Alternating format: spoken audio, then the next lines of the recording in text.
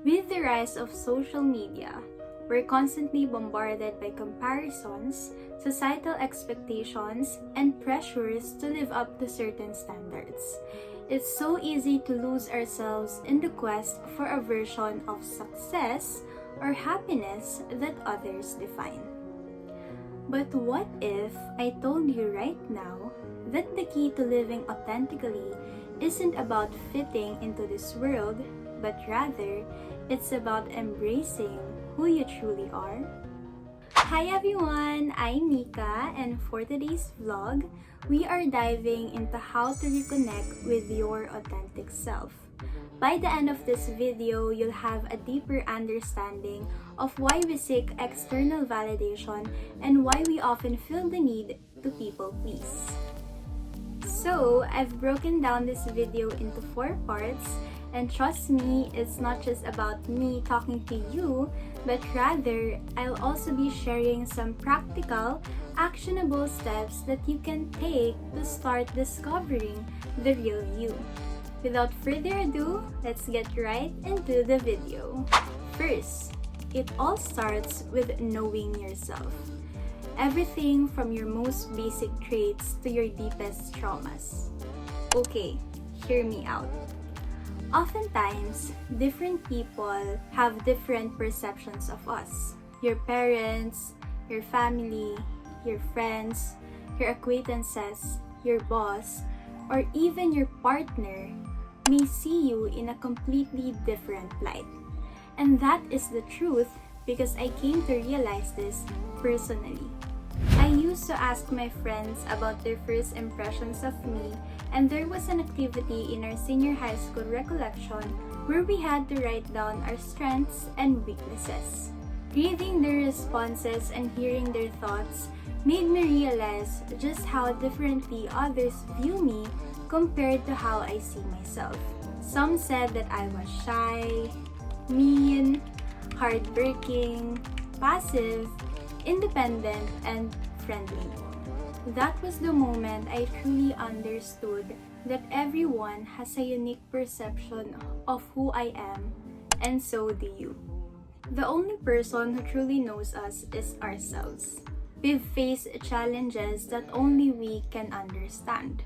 I don't know if any of you are like me, who finds it very hard to open up and be vulnerable with others, but I've gone through difficult times alone, pushing through even though I felt like giving up. The only person that I relied on was God. He taught me the power of vulnerability because I know that whatever I'm dealing with, He already knows about it. He wouldn't let me go through something He knew I couldn't overcome. And in time, I learned that better days are ahead, and everything, no matter how painful it is, eventually passes. So, to truly understand yourself, I want you to list down the things that you truly like and dislike, and also note your strengths and weaknesses. It's up to you on how many things you want to write down, but this process is all about studying and learning more about yourself. Once you have this list, you'll be more aligned with who you really are, allowing you to embrace your strengths and work on your weaknesses. Second, be in one with your inner child. So what is inner child? The inner child is a psychological concept that represents the childlike aspects of a person's personality. It's a part of who we are and can emerge when we're faced with stressful situations. Basically, the inner child is what we experienced and learned when we were still a child. Of course, it's not enough to just know our likes, dislikes, strengths, and weaknesses. You must also be willing to recognize and heal the longings, burdens, and traumas of your inner child. Our childhood is the most important phase of our lives because this is where our habits, behavior, and thoughts are being developed. When we nurture our inner child, we open the door to embracing our true, authentic selves. But the real question is, how can we start to do this? This brings me to my next point. Third, personal reflection. This is my favorite part, you guys. If you guys don't know, I am a person who loves to journal my thoughts and emotions. As I mentioned earlier, being vulnerable or opening up to others has always been a challenge to me. So I started expressing myself through journaling.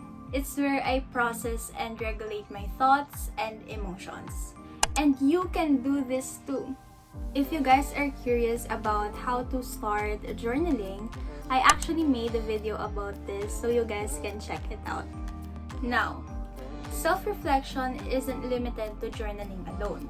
You can find your own way to reflect, whether that's spending time alone, being honest with what you're feeling, practicing meditation, or engaging in whatever activity which can help you connect with yourself.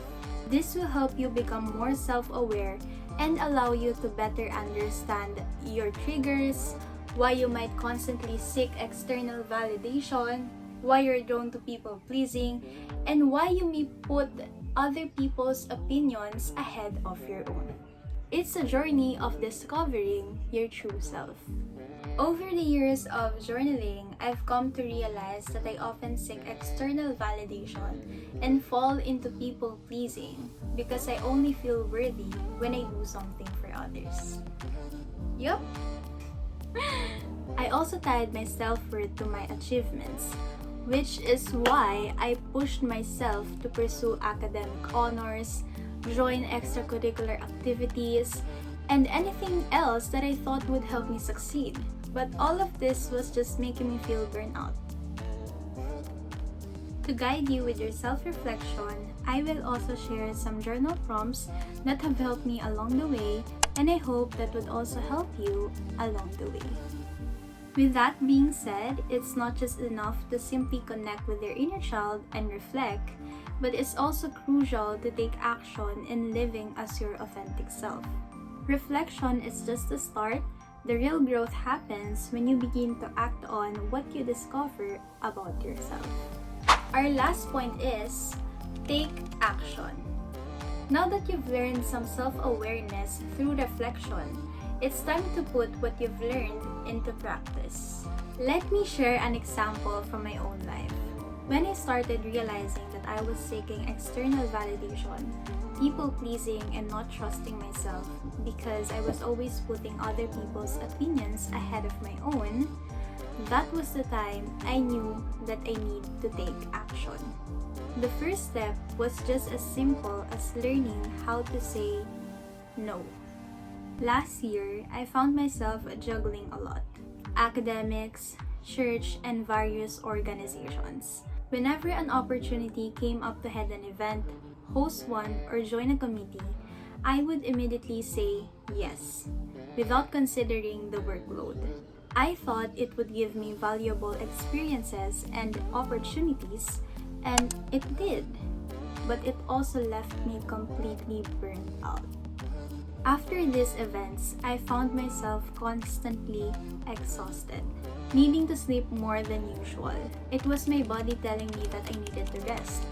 Yet, I still sacrificed my health to prioritize those commitments. So, here are a few tips that help me take action and that might help you too. First, learn how to say no even when it makes you feel guilty.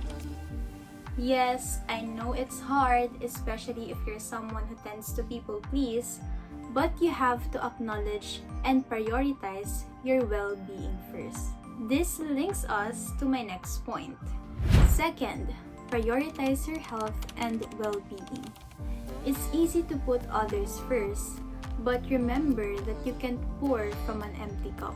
Make sure that you take care of yourself so that you can show up as your best self. Lastly, decide if it's something you really want to do or if it will truly benefit you.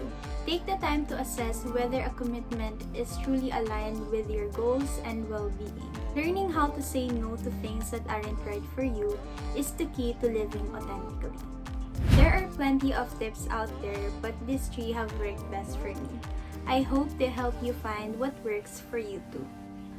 That's it for today's video, guys. I really hope I was able to help you in some way. And if you enjoyed this video, don't forget to subscribe to my channel, like, follow, and share this video with your friends. Also, drop this child emoji if you made it to the end of this video. Let's continue to learn from each other and build a community of growth together. Thank you guys for watching and see you on my next vlog. Bye!